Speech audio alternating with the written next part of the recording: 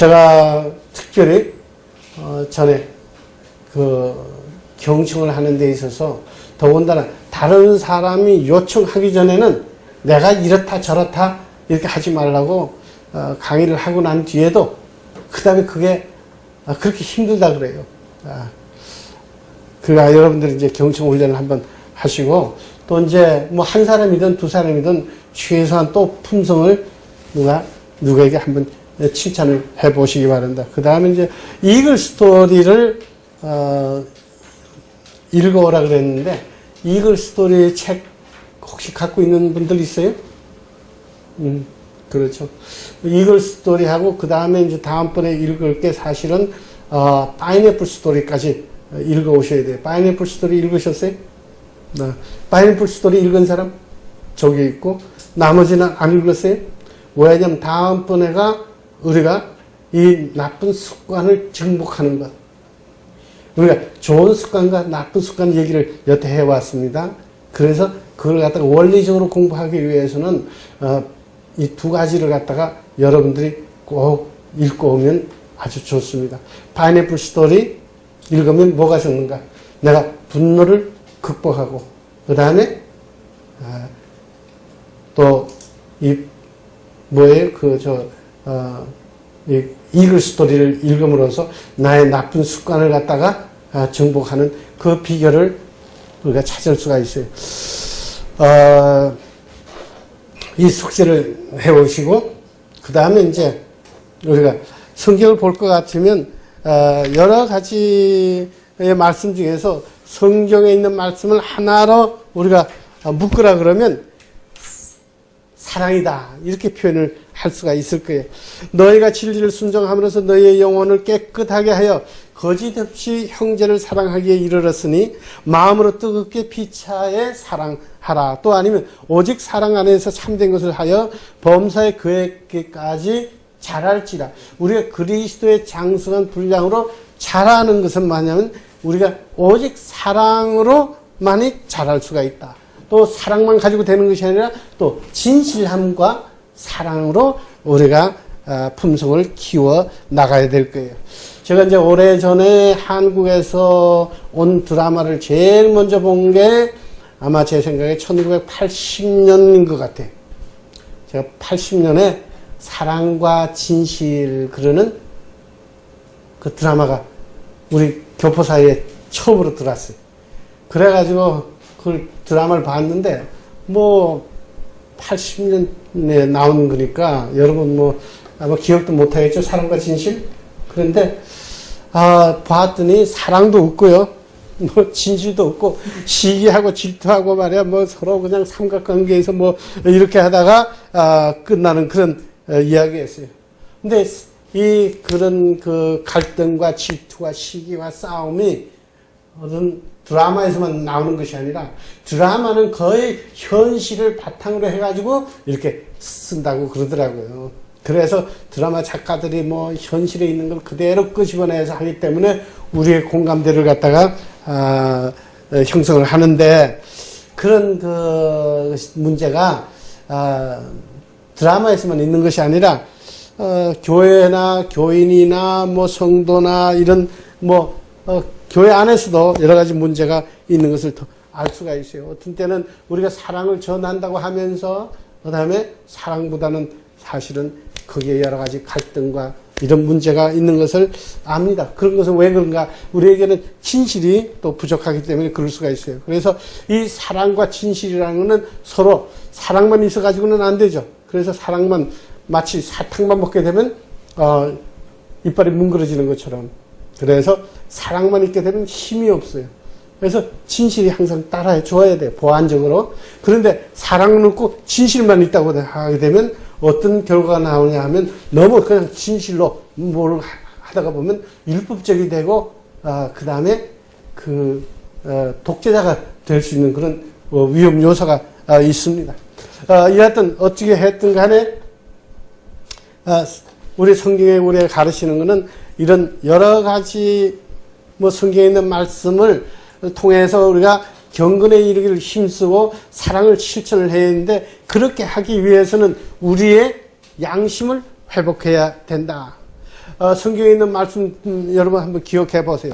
예? 신명기에 있는 말씀이나 마태복음, 누가복음, 마가복음 뭐 어디 볼 것 같으면 너는 마음을 다하고 성품을 다하고 목숨을 다하고 그다음에 힘을 다하고 뜻을 다하고 뭐 다하고 하여서 뭐 하라 그랬어요? 여호와 하나님을 사랑하고 내 이웃을 내 몸과 같이 사랑하라 그러는데 지난번에 제가 말씀을 드렸습니다. 다 한다고 하는 것은 정말 흠이 하나도 없이 2분의 1, 3분의 1 조금만 하는 것이 아니라 완전히 집중해서 다 할 때에 나온다 그랬어요. 근데 그게 왜 잘 안 되는가? 잘 안 되는지 제가 나중에 깨달았어요. 평상시에 교회에서 그랬죠. 늘 설교할 때 교인들에게 하나님을 사랑하시기 바랍니다. 아가페적인 사랑이 어떻고, 에로스의 사랑이 어떻고, 그 다음에 교회를 사랑하고, 주님을 사랑하고, 부모를 사랑하고, 남편과 아내를 서로 사랑해야 됩니다. 그렇게 사랑을 외쳤는데도 제일 안 되는 게 사랑이다. 그걸 어떻게 알았는가?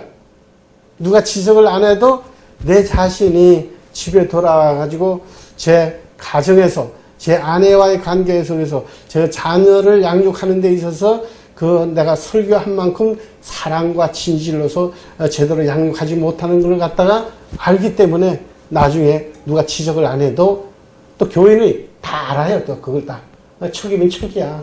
그런데 그 감히 지적을 할 수가 없죠. 그런데도 내가 그걸로 인해서 고민을 많이 하게 되었습니다. 그런데 어느 날 이걸 갖다가 어떻게 알았냐? 이것도 드라마를 보고 제가 엄청난 깨우침을 가졌거든요. 그래서 여러분들이 드라마를 허준과 같이 제가 중전 드라마도 있어요.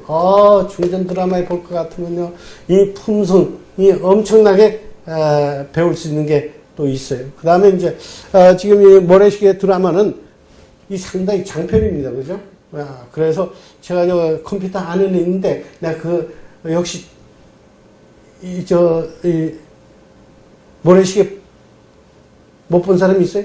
본 사람 봤어요? 이거 오래된 건데 봤어요. 안 봤으면 오늘 밤에 우리 집에서 빌려 가시기 바랍니다. 지금 비디오 집에는 없을 거예요.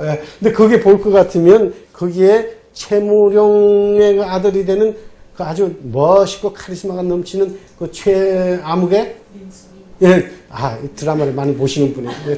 정확하게 나오는데,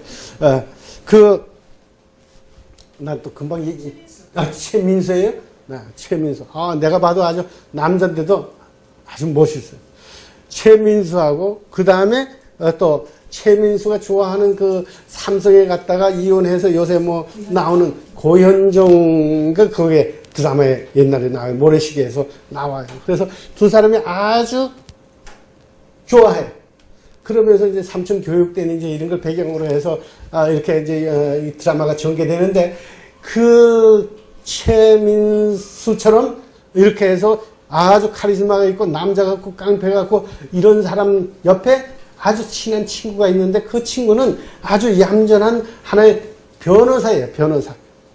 그 변호사가 얌전하게 나오는 변호사가 있는데 그 변호사가 누구예요? 박상원이요. 여기 지난번에 우리 속성 때는 우리 김 집사님이 그냥 척척 알아맞히지 않았어요? 누가 그랬어요? 최종원 사모가 잘 알아맞혔어요? 네, 최종원 사모가 잘 알아맞혔는데 그래서 박상원이가 거기에서 그 역할이 얌전한 하나의 그 친구고 변호사로 나오는데 자기도 그냥 고현정이를 좋아가지고 하지만은 감히 이제 말도 못하고 이렇게 하다가 그러는 사이에 이 최민수가 딱 그냥 고현정이를 그냥 딱 잡아채버렸어요. 그러니까 그 다음에 자기는 말도 못하고 그냥 가슴만 앓고 있다가 어느 날 그러고 난 뒤에 하숙집으로 들어갔어요. 하숙집으로 들어가가지고 얼마 되지 않은데 하숙집 주인이 노처녀야. 노처녀인데 하여튼 드라마에서는 보니까 내가 볼 때는 한 일주일도 되지 않은 것 같은데 보자마자 뭐라고 얘기를 했냐 그러면 내가 당신하고 결혼하겠습니다. 그렇게 얘기를 했어요. 딱 그렇게 얘기하니까 이 사람이 검사인가 변호사예요. 오늘날 한국의 문화에서 변호사나 검사가 결혼하자 그러고 지금 더군다나 그러지 않아도 이 하숙만 하고 있는 조금 이런 그런 그 평민인데 검사가 변호사가 하자 그러면 뭐 어떻게 해야 되겠어 그냥 눈 딱 감고 그냥 믿습니다 할렐루야 그러고는 그냥 결혼을 해야 될 판인데 이 아가씨가요 딱 호랑이한테 잡혀가도 정신을 차리라 그래가지고 아무리 검사가 뭐 얘기를 하더라도 그냥 호락호락 넘어가지 않고요 딱 하더니 뭐라고 질문했는지 아세요?